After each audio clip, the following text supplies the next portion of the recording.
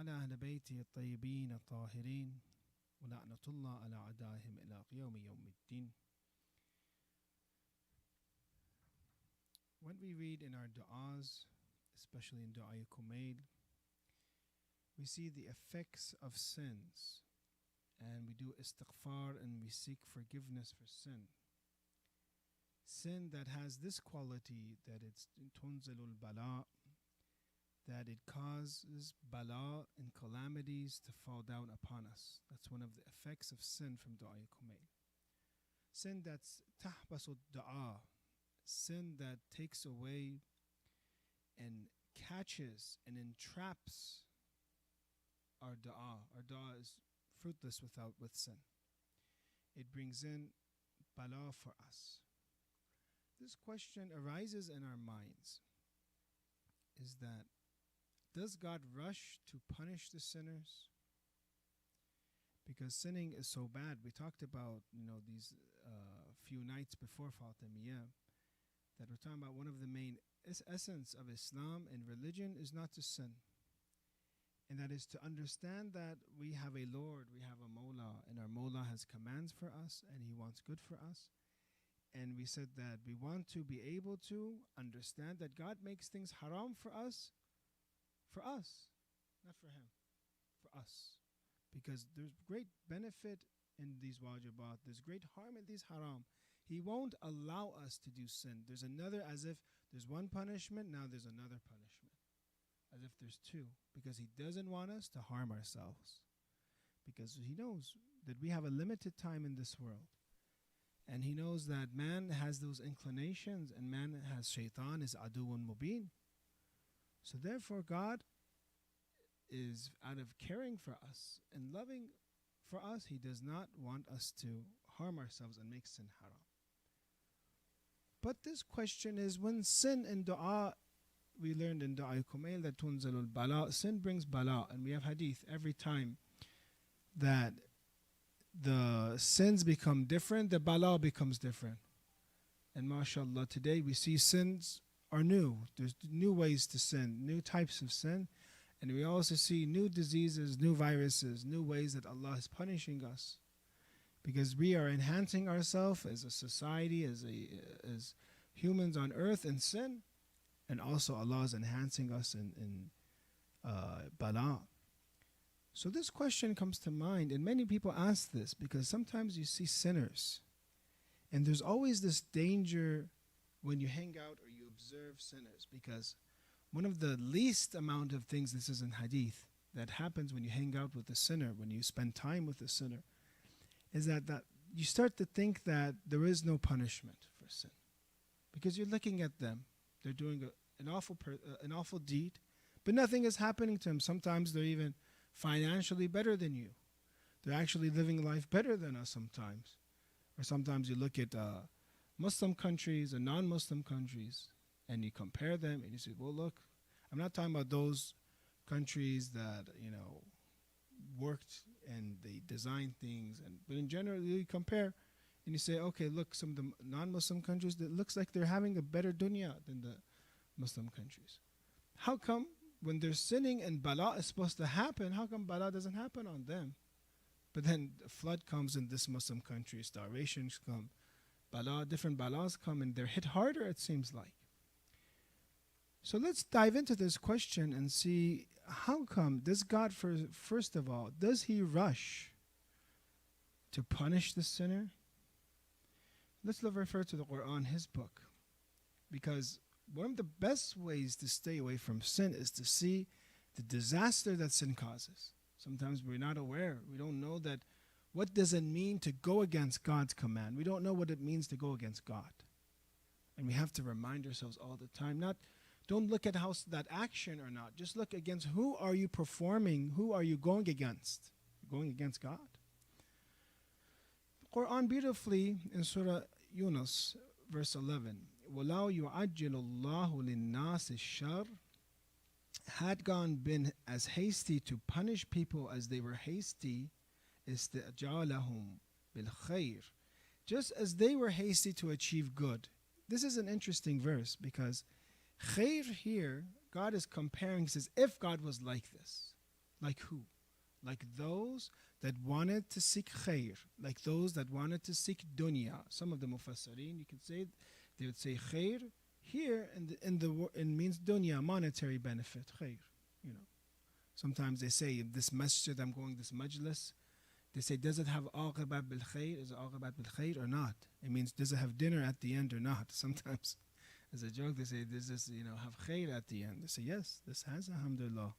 Just wait 30 minutes and inshallah you'll be eating soon, inshallah. So khair sometimes refers to the dunya, and you can see in this. If God, and he compares the man, a greedy man, a man that's always working to gain more and gain more and gain more.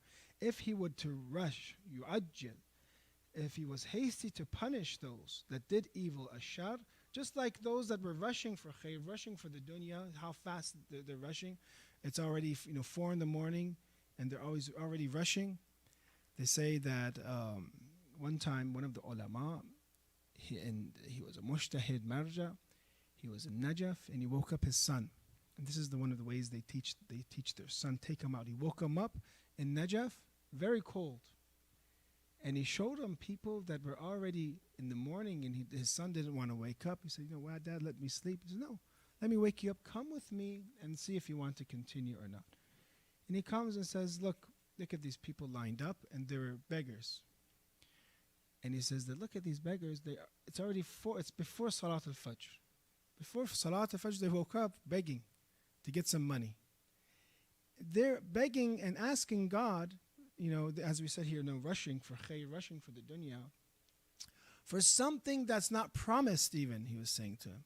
They don't know if they're going to get money or not today. They're sitting there, and because of this probability in the cold, in Najaf, they're sitting there to beg.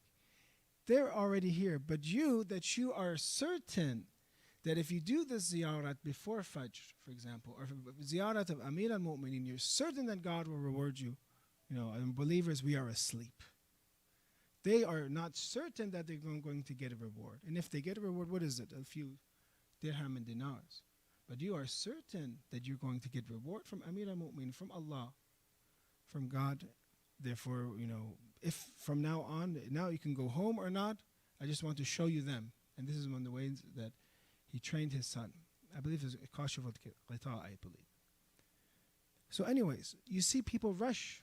And if Allah were to punish us just like that rushing, then the Quran says, to punish the sinners, لَقُضِيَ إِلَيْهِمْ أَجَلُهُمْ.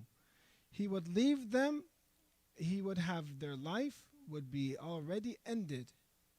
So it's basically understanding from this verse that God, if he wanted to punish the sinners, immediately their lives would be ended, they would have died.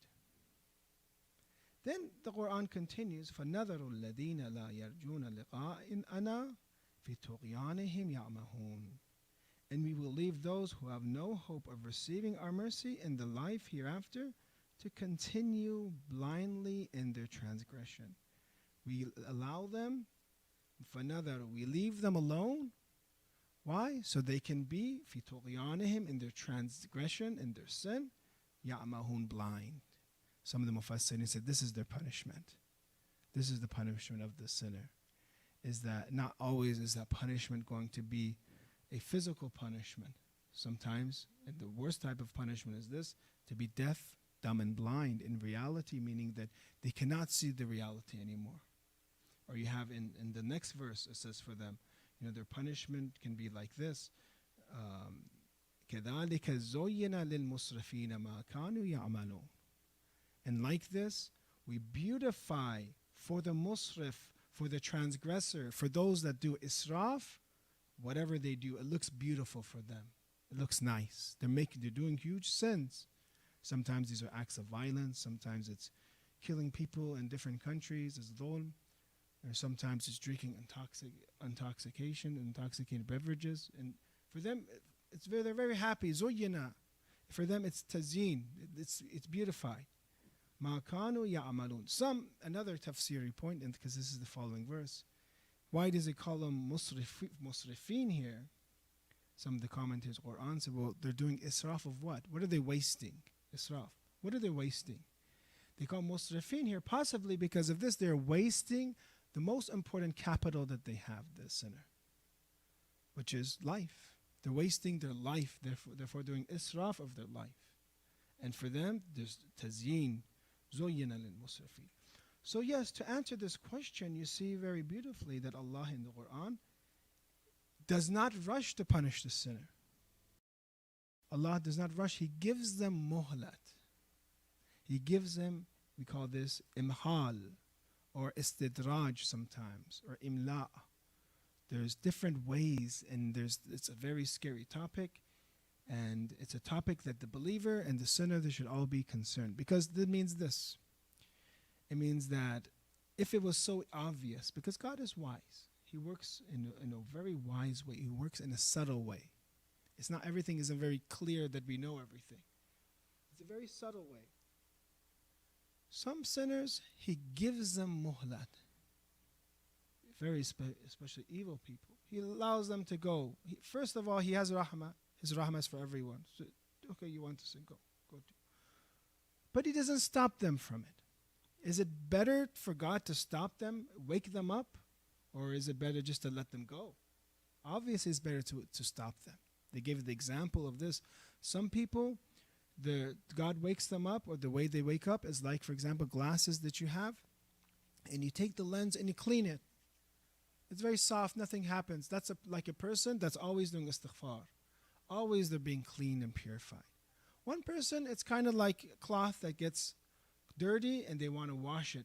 God does something for them to wash them in this dunya constantly. Something, He wakes them up a little bit, gives them a little bit of hardship, and they wake up. And they, because of that hardship, and we're going to read verses in the Quran, whenever there's hardship, that person remembers God. And it says when that hardship is removed, then they completely forget about it as if they had no hardship whatsoever. So some people are like this. They get, a little bit of cleansingness in this world, and they're still pure. But some type of people are like a rug. And some types of rugs, you see that there's so much dust and dirt piles up that the only way to really make it clean is to hit it with a stick over and over and over until you clean it. That's like some in the hereafter. That that's the way that they will be purified. They will be beaten like with that stick. So therefore, when you look at sin, you cannot tell if somebody has a very good life and no bala in their lives whatsoever. They can never tell, is this imhal? Is God giving me muhlat? Or is God giving me khair? How can we know the difference? Who can answer this question? You are given, for example, this is in hadith. A person comes to Imam Sadiq. I want you to answer it. I'm going to ask the question. Person comes to Imam Sadiq alayhi salam and says, I prayed, for example, and I prayed for a child. Allah gave it to me. I prayed for a house. I believe he's asked for a wife too. Let me see this. Let's just say salawat ala Muhammad wa ali Muhammad. Money. He was smart. He prayed for money. He prayed for a child, knowing that obviously he will have a wife to have a child. So he prayed money. He wanted to get rich. He wanted a wife. And he wanted a house. And he says, all of these three things that I wanted, money, child, house, Allah gave it to me. And he asked the Imam alayhi salam, and I believe this is in Al-Kafi, is this istidraj or not? Is this that muhlat that Allah gives the time period for the sinners and doesn't have anything to do with them, gives them the dunya, more dunya, more dunya, more dunya, so they can forget about Allah. And then punishment in the hereafter. He was confused. Is this happening to me? And he's worried. The Imam answers this way. He says, if you do shukr of that ni'mah, then it's not istidraj. If you're appreciative of that ni'mah, and that ni'mah brings you closer to God, very beautiful, then therefore, that's not istidraj for you anymore. But what does it mean to be appreciated? What does it mean to do shukr? It means that you spend, first of all, a few levels. One is to know that is from God. Not to say that, oh, it's from me. It's my hard work. I worked 9 to 5. I bought a house. No. First, this is from God. Because everything in this universe is from Him. 2, you understand, and then you do shukr of it. Second, you spend that ni'mah in His way. That's true shukr. You spend, He gives you a home. Sometimes you invite your friends, And you have a rosa for Imam Hussein alayhi salam. And you have majlis of Quran in it.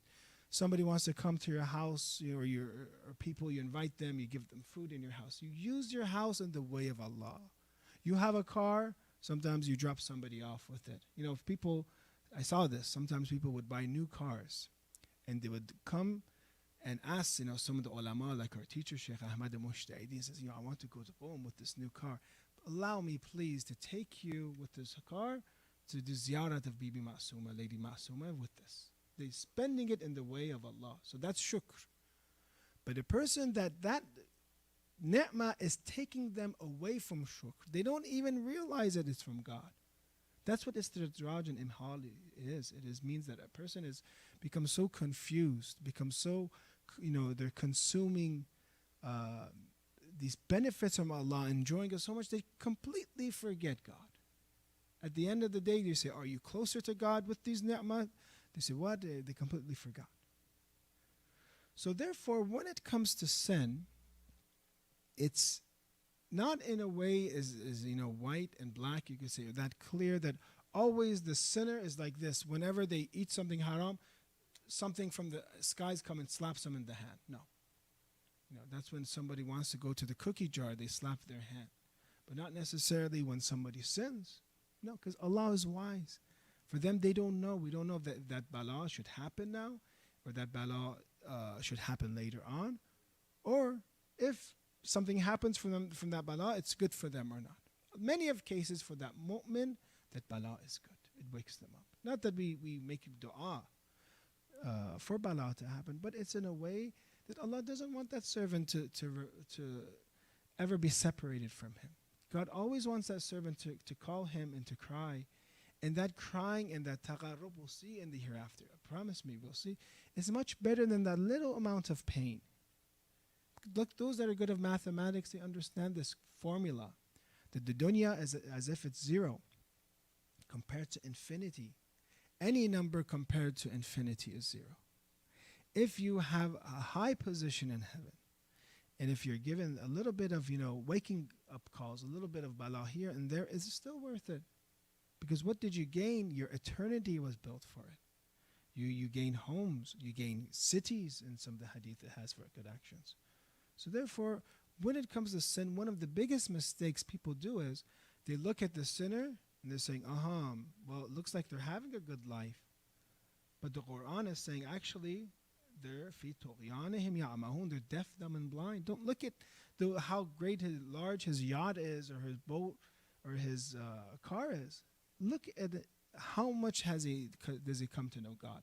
Look at how much has he realized his potential in this world. Not about how much he has. Maybe inside, it's terrible inside him. We don't know. Maybe if somebody that is through sin is separate from God, that darkness, that shak, that doubt that they have, not even knowing why I'm created, not even knowing is there a hereafter, not even in knowing who created me and who is Allah. So this is one of the biggest factors that wake us up, is the understanding that when it comes to sin, it's complicated.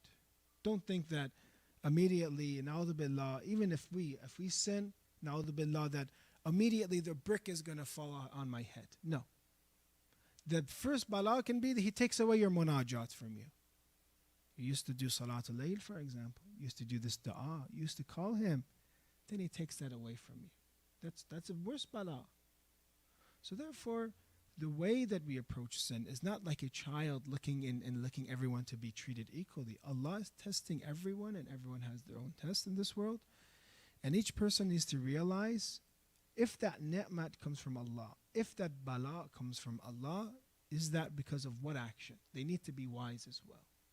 They said there's one of the urafa, he was hit with a donkey. The donkey kicked him, and he fell on the ground.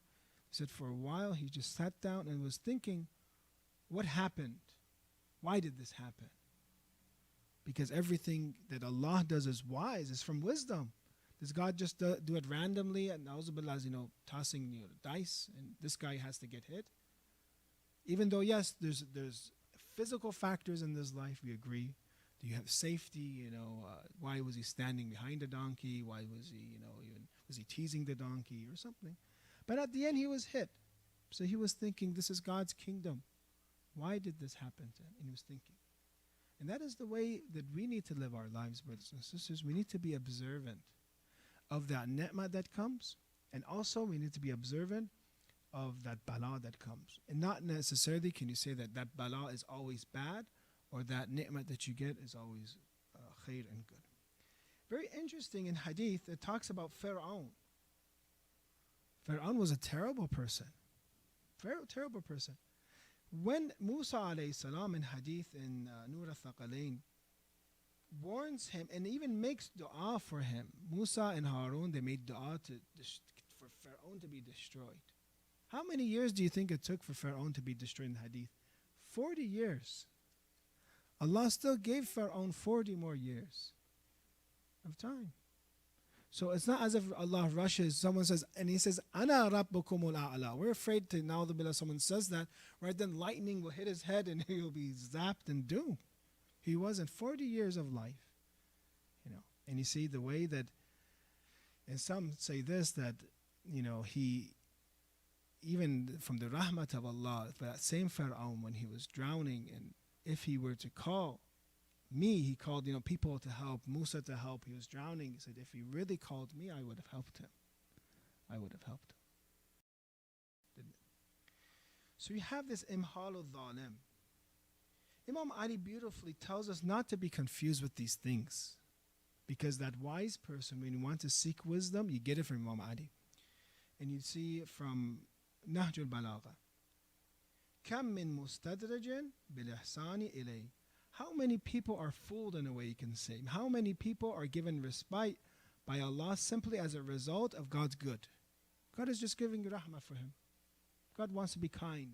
Is there a problem with that? He wants to be kind with the sinners. Is that a problem? Do you have a problem with that? No. So a lot of people have istidraj. They don't realize it's that general rahmat of Allah. He's just giving them a little bit more time. Doesn't want to do away with them then. And at the same time, in that same category, you can say, وَمَغْرُورًا بِالسَّطْرِ عَلَيْهِ, in that arrogant one, or you can say that person that is deluded as a result of God's concealment of his sins. He is tricked, deceived. It's ghurur. Why? Because Allah is hiding his sins. So therefore he doesn't think he's actually that bad. Just Allah is hiding his sins from everybody. Nobody. Allah is satarul uyub. So he gets deceived and says, oh, maybe I am a good person. But he actually has all these faults and doesn't know. Right? You see many. So don't judge it by the fact that people are giving you respect. People are saying, Assalamu alaikum to you, mashallah. We always have to analyze ourselves by ourselves within. Not in a way that just because people like us or they can't see our sins. That's why immediately, some of the ulama, they praise them. They immediately say, Allah is satarul uyub. God is the concealer of faults. Right now, me, I'm sitting here. You think, oh, maybe he is such a pious person, but I myself know, the faults that I have. You don't know it, so you think, I'm good. Then the third is وَمَفْتُونٌ بِحُسْنِ قَوْلِ فِي, and many a person that is captivated by the good things said about him and which relate to each other. Another hadith from Imam Ali alayhi salam, مَا ابْتَلَى اللَّهُ أَحَدًا بِمِثْلِ الْإِمْلَاءِ لَهُ. Allah does not try anyone with anything as severe respite for him as a false sense of security. No test is like imla. Because for that mustadraj, that person that deserves Allah's punishment, he keeps saying khair, he keeps getting good. He is a millionaire, now he's a billionaire. Now more people like him. Now he's getting more popularity. You say, oh Allah, stop him. He says, stop him.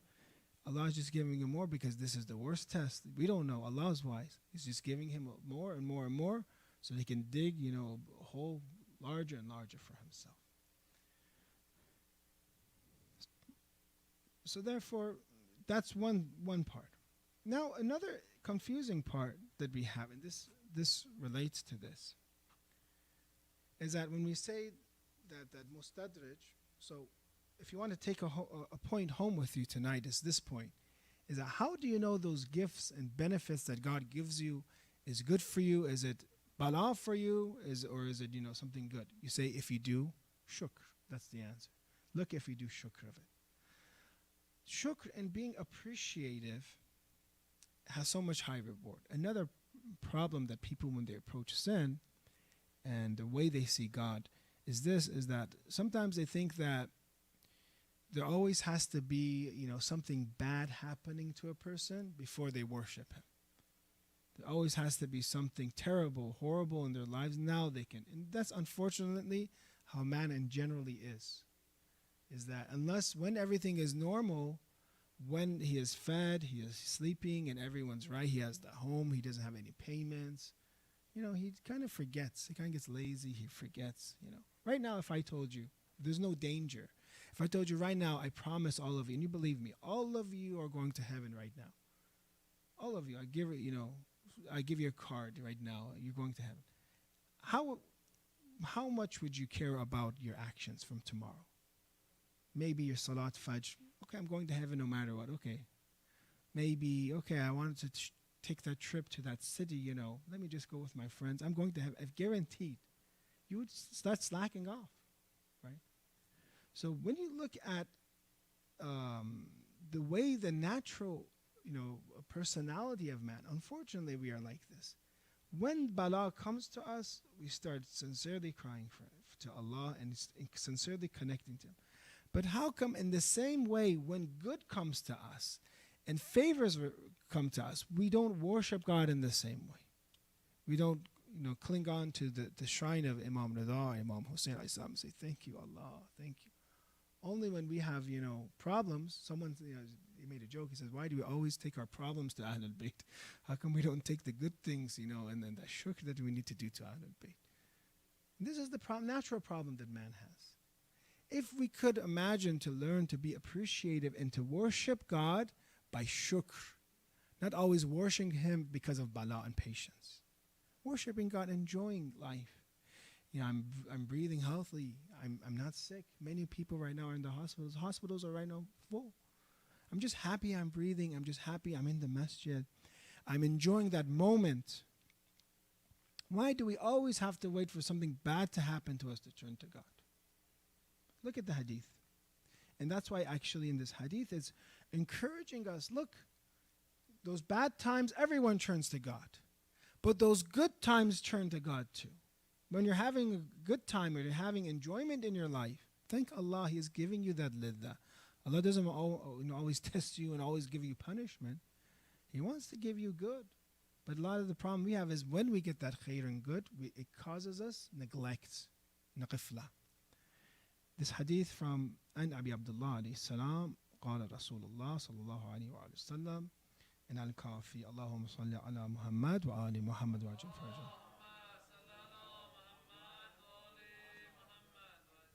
الطائم الشاكر له من الأجر كأجر الصائم المحتسب. A feeding person that is appreciative, a person that feeds others, that is it'am, is giving others, he has the same reward as that person that's fasting and is in strict account of himself. Someone that's eating and giving at the same time, he has the same reward as someone that's not eating. So let's look at this. وَالْمُعَافَى الشَّاكِرْ لَهُ مِنَ الْأَجْرِ كَأَجْرِ الْمُبْتَلَى الصَّابِرِ. A person in good health who is grateful receives a reward equal to the reward of a person who suffers from an illness but exercises patience. So you have two people, al-mu'afa, al-shakir, someone that's in good health, and someone that's thanking God, and someone that has problems, that is trials and tribulations, but he is sabir. Which one? They're equal to each other in this hadith. So not always you have to be mubtala to reach those high positions. You could be, enjoying life, but you can understand that shukr, that these benefits came from God. وَالْمُؤْتَى الشَّاكِرْ لَهُ مِنَ الْأَجْرِ كَأَجْرِ الْمَجْرُومِ الْغَانِئِ مَحْرُومَ الْغَانِئِ. And a person who gives charity with gratitude, he gives charity is equal to one who is deprived of it but is content. So with this way, we can understand that sin, it's not necessarily that sin has to descend upon us, bala has to descend upon us for us to understand how to behave properly. You can, brothers and sisters, enjoy your world, enjoy your dunya, and have a good dunya, and have a good akhirah. And that is what Islam is for. People just think sometimes Islam is only for akhirah. Islam is for the dunya. Islam is all for the akhirah. Islam wants to give you a good life. Islam wants to give you comfort. Islam wants to give you enjoyment. Islam wants to make you a shakir, those good times that you have. You need to be appreciative. And we said, how? To make sure you spend that ni'mah that you have in the way of Allah. He gives you money, you know that is from Allah. And of course, you give God's share, you give the Prophet's share, and also you help others. When God gives you time, when God gives you experience, when God gives you knowledge, you give others that knowledge. You are appreciative. You spend that in Allah's way, inshallah. There's other things we'll talk about, inshallah, later on. And these are, to review. Sure. Sure, please, right now. Right in the middle, it's okay.